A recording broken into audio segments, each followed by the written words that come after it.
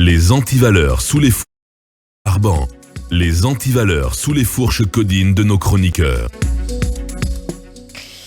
On s'intéresse à présent à la tournée des membres du gouvernement à l'intérieur du pays. Nous entendrons tout à l'heure donc Abdoul Sako, le président du Conseil régional des organisations de la société civile de Conakry et coordinateur du Forum des forces sociales de Guinée. À sa suite, Maître Pana Emmanuel Bamba, membre du CNOSC et du cadre de concertation des fêtiers, réseau d'organisations de la société civile et mouvement syndical. On a déjà vu quelques photos, il faut le dire, qui circulent. Des ministres qui ont déjà présidé quelques activités, il faut le dire, Basekou, et on ne manque pas l'occasion d'aborder la question relative à la récupération des biens de l'État qui a été suspendue pour quelques mois, comme on le disait tantôt. Oui, d'abord, par rapport au déplacement de ces ministres, moi, mon avis est très clair là-dessus. J'ai dit que c'est une perte de temps. C'est de l'argent qu'on va jeter par la fenêtre. Vous le savez, les conseillers du CNT ont récemment effectué des missions à l'intérieur du pays où ils sont allés recueillir notamment les avis des populations, des citoyens sur la transition. Il y a 20 000, je crois bien, citoyens qui ont été interrogés sur l'ensemble du territoire national. Beaucoup donc de réponses sont parvenues au CNT et puis sur la base de ça, on a élaboré un document aujourd'hui qui a servi de bréviaire, en tout cas au CNT, pour se prononcer sur les questions majeures concernant la vie de notre nation. Bien avant cela, les ministres ont effectué de nombreux déplacements à l'intérieur du pays pour aller constater. J'ai vu beaucoup de ministres, le ministre de l'élevage, de l'agriculture, j'ai vu le ministre des infrastructures, j'ai vu le ministre même Ousmane Gawal s'est rendu plusieurs fois à l'intérieur du pays. Donc beaucoup de ministres se sont rendus à l'intérieur du pays. Même le ministre de l'enseignement technique, de la formation professionnelle également, s'est rendu dans les centres professionnels pour faire des constats et des recommandations ont été faites. Même la ministre également de l'enseignement supérieur. Donc des missions ont été effectuées à l'intérieur du pays pour des prises de contact, pour dresser des constats, en fait de faire des recommandations.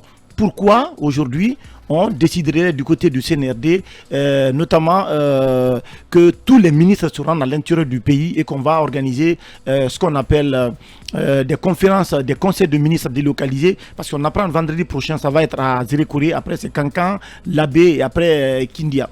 Je pense qu'on n'avait pas besoin que tout le gouvernement se déploie à l'intérieur du pays. C'est mon avis, c'est une perte de temps, c'est un gâchis.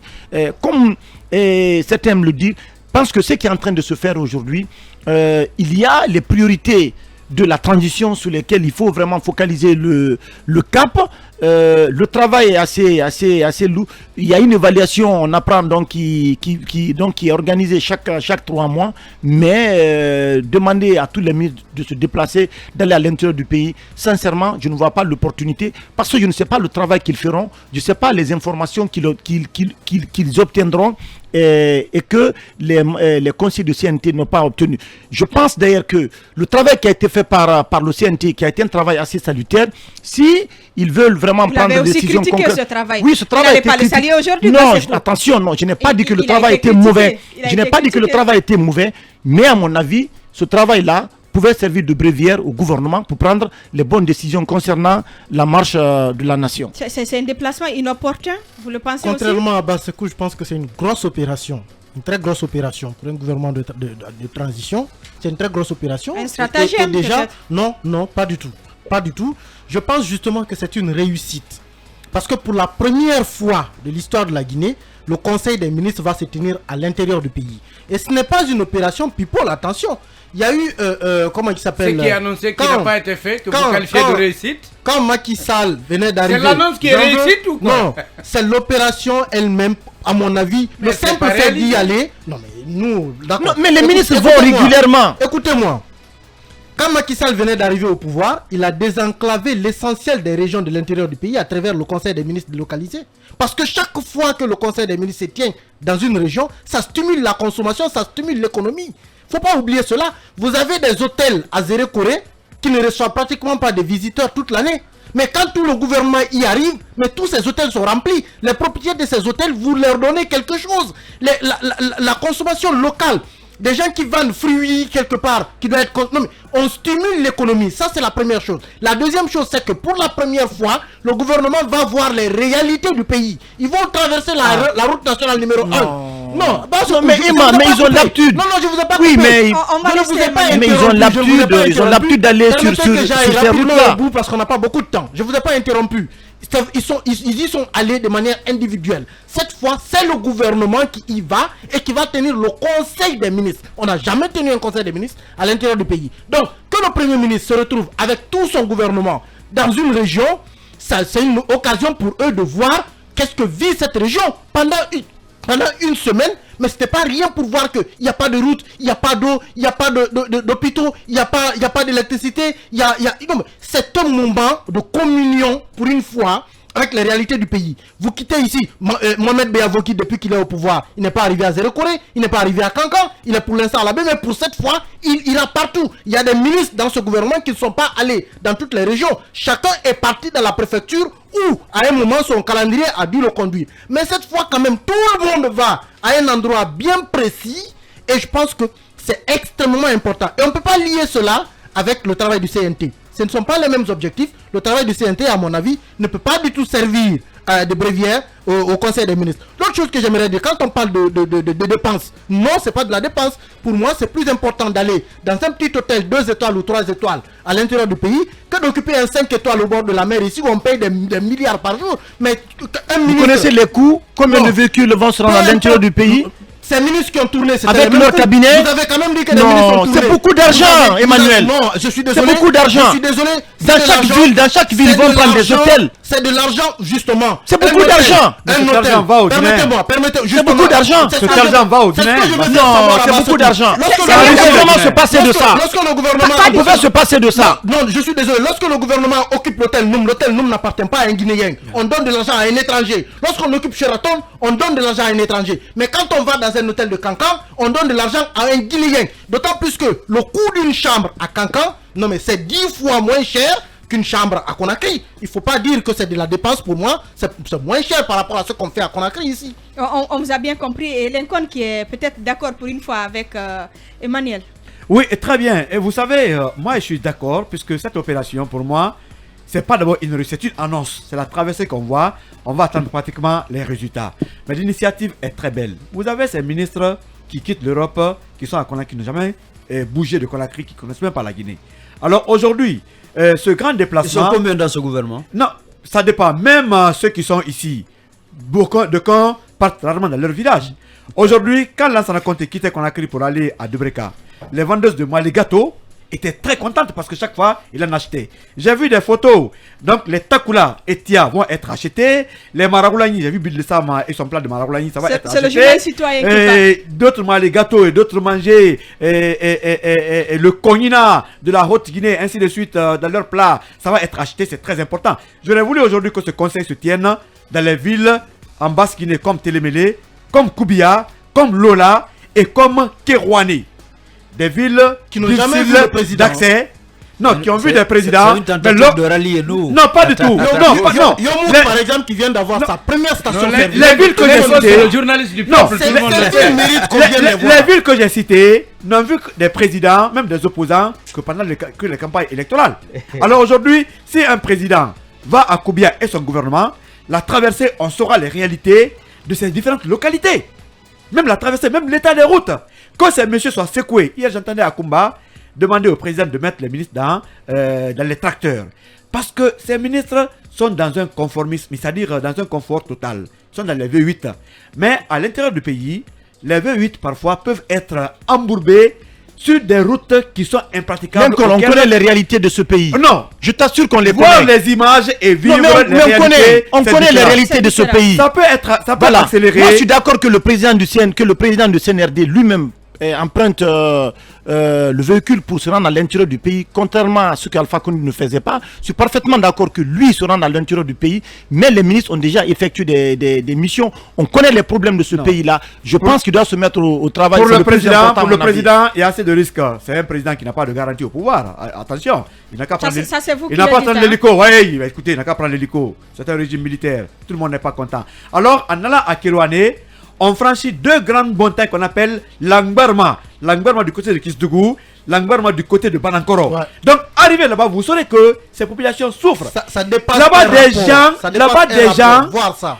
c'est-à-dire, marcher à pied 50 km, c'est comme bonjour, parce qu'ils n'ont rien. Allez voir ces populations. J'ai parlé de Koubia. Mais Koubia, c'est une ville pratiquement fantôme, où on doit même démolir les 300 maisons qui existent dans la préfecture. Les rares Alors que ces ministres viennent de ce côté. Télémé n'est pas à cause de nous. Télémé, c'est en Basse-Guinée ici. Mais pour aller là-bas, c'est la croix et la bannière. Ils comprendront le cri de cœur. Mais voilà, mais quand on viendra de ce côté, demain après-demain, ben Amadou Djudlé et nous pourraient être nommés gouverneur ou préfet de Télémélé pour faire cette ville. Mais allez à Lola, vous saurez ce qui se passe du côté de Zérekoré ou à Macenta ou à Guékedou. C'est très important. Moi, je pense que une telle initiative est belle. Et l'indépendance tournante, si ça avait continué, où il n'y avait pas de détournement, c'était la meilleure initiative du président Alpha Condé. Ça ressemble à cela. Et désormais qu'on sache que Conakry n'est pas la seule ville où ces présidents et autres peuvent être là en contact avec les populations. Belle initiative peut-être, mais peut-être aussi que le moment peut poser problème.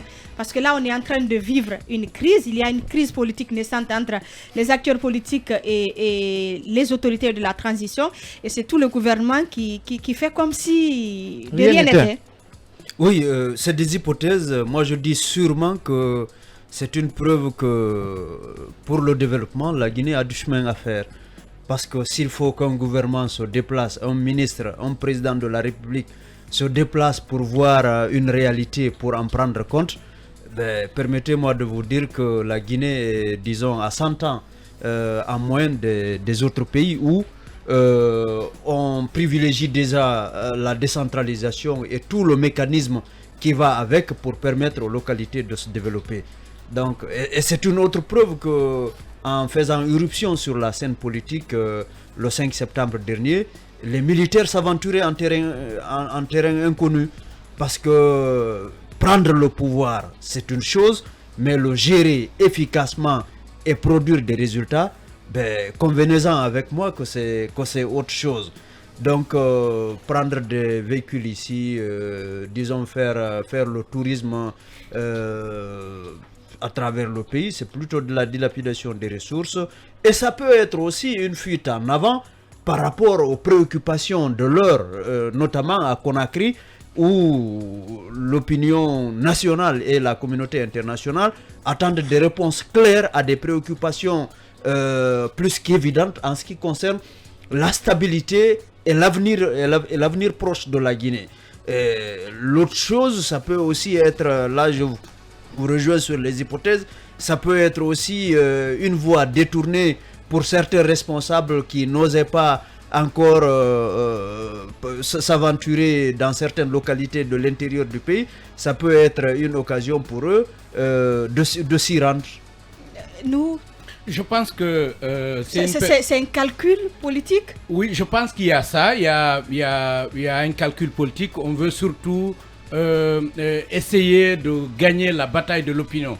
Parce que ce qui se passe en Guinée, on sait que la junte est de plus en plus combattue, que ce soit sur les réseaux sociaux et partout. On sent qu'elle n'a plus la cote. On voit des gens qui étaient très populaires. Si vous prenez un Ousmane Gawal, même s'il dit bonjour, on l'insulte sur les réseaux sociaux. Si vous parlez de lui, vous lui créez des problèmes.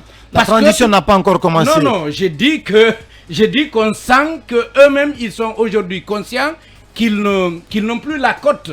Et probablement, ils vont vers ces villes et villages pour se faire une certaine santé politique. Mais quand Emmanuel dit qu'on va à gauche et on va à droite pour stimuler l'économie, on est censé le faire sur le plan national. Parce que contrairement au souhait de l'Incol, on sait qu'ils n'iront pas à Télimélé. On a un hôtel, vous avez dit qu'à Kankan ça coûte 10 fois moins cher qu'à Conakry, mais à Télimélé ça peut coûter 1000 fois moins cher. Parce qu'on n'a justement aucun client. Et une fois, il y a un confrère qui est allé, qui m'a appelé, écoute, nous, je suis en ville, là, quel est l'hôtel que tu me recommandes? J'ai dit, prends n'importe qui, dit c'est l'hôtel. Il dit, oui, l'hôtel. Quel hôtel? J'ai dit, c'est l'hôtel. Parce qu'on n'a qu'un seul, et c'est facile de le repérer. Mais par rapport au président, honnêtement, moi je déconseille, je le déconseille, je lui demande de nous surtout pas le faire. Évitons C'est de un coup dramatiser. Attendez, il est au pouvoir à travers un coup d'État. Vous avez vu ce qui se passe au Mali? C'est un des proches, parmi les proches du chef de la junte, qui est soupçonné d'avoir intenté quelque chose. On n'a pas besoin d'instabilité dans ce pays. Je pense que le fait de chercher une certaine popularité, d'autres peuvent aller le faire. Lui, il n'a qu'à nous gérer la transition. Ils n'ont qu'à nous dire jusqu'à quand ils sont là et essayer de parler avec les acteurs pour éviter des problèmes à ce pays. Merci beaucoup. À suivre aussi le regard d'Abdoul Sako et de Maître Pana Emmanuel Bamba juste après la pause. À venir également la prise de parole de Gianni Alpha. Encore une fois, merci de nous rejoindre. Mirador revient.